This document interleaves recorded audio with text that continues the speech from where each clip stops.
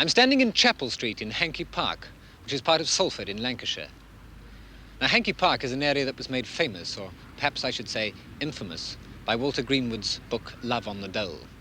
Infamous because this has never been a very pleasant area in which to live.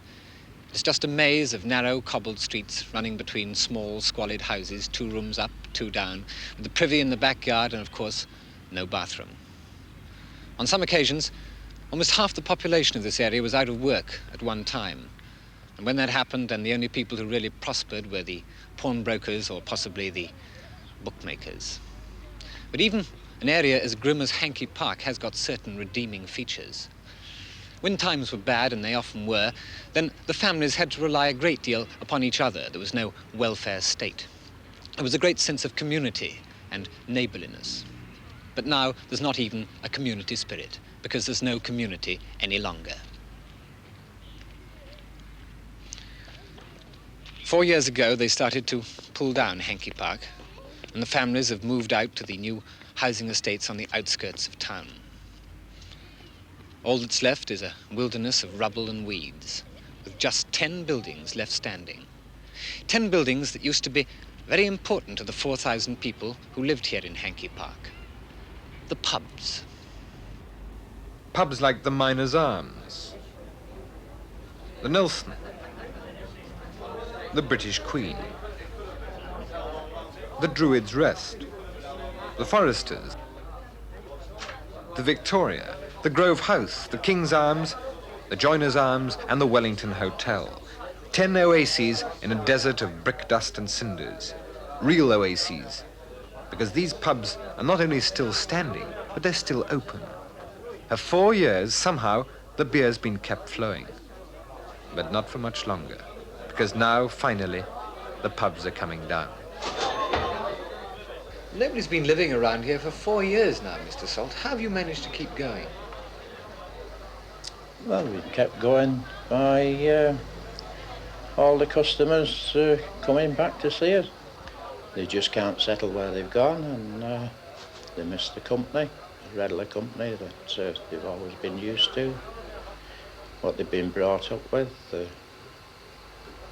Because we've known all these people around here when they were going to school.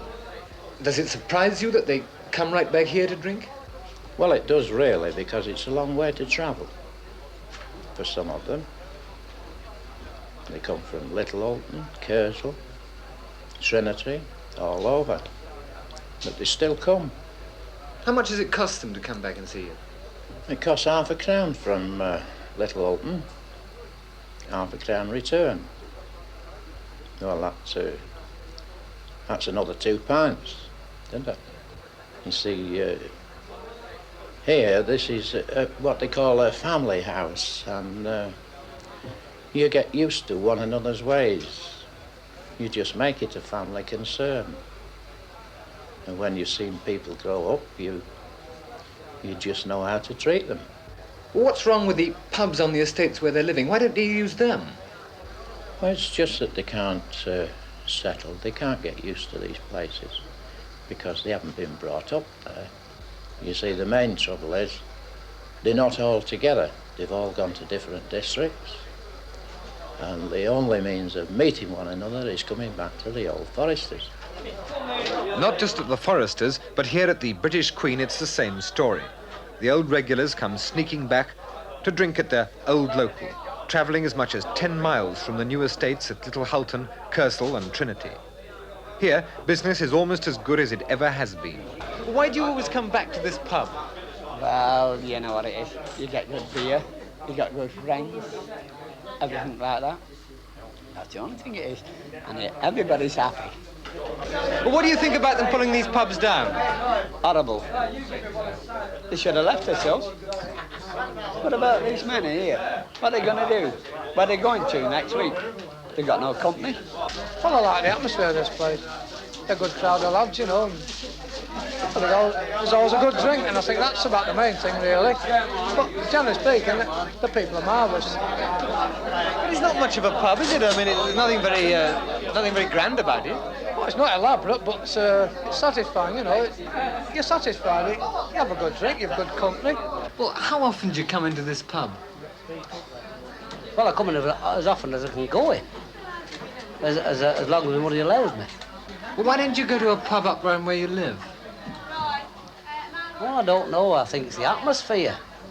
Myself, I mean, I've never been in one down there, but the atmosphere's not the same. They built these new pubs down where I live, 2 new pubs. Only a fortnight ago, one was open. Right, you go in, you get 2 men in the vaults. You can't get a game of cards, you can't get a game of bones. So what do? You sup up and go out. Yeah, but surely the reason why there's nobody there is that you all come down here. No, they've got their own customers down there. What's the trouble? Is there something wrong with the landlord? Is it wrong with the people up there? Or what's the trouble? Well, no, it's not the piece. It's just the atmosphere. I mean, if I go in a new pub, I mean, I don't know who I'm mixing with. I mean, I might talk to you. Next thing, you've supped your bean, you've gone. Oh, you go and sit down, so I'm stood there on my own. Haven't you made any friends where you're living now? No, I haven't.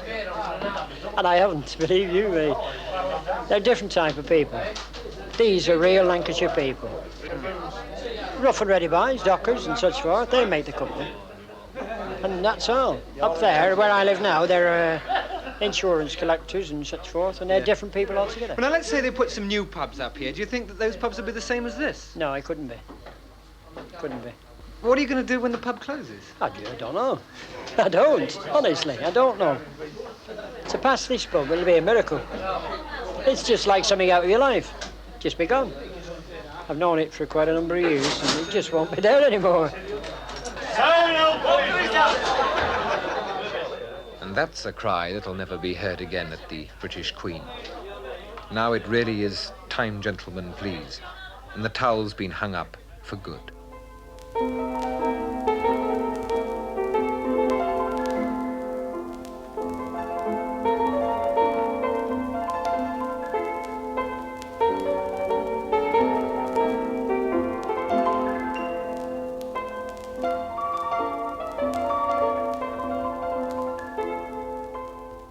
Now that those 10 final stubborn obstacles can be cleared, the planners can get to work on the new Hanky Park. And this is their dream. Something altogether more distinguished and elegant.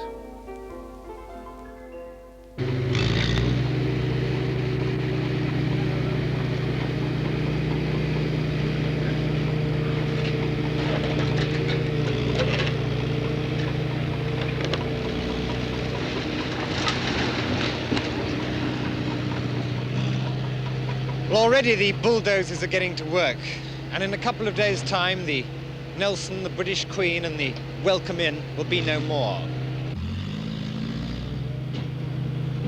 And when they've gone, Salford will have lost more than just 10 very undistinguished buildings.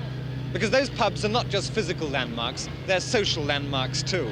And without them, it'll be just that little bit more difficult for the people who come back to Hanky Park to find their bearings again. Good night.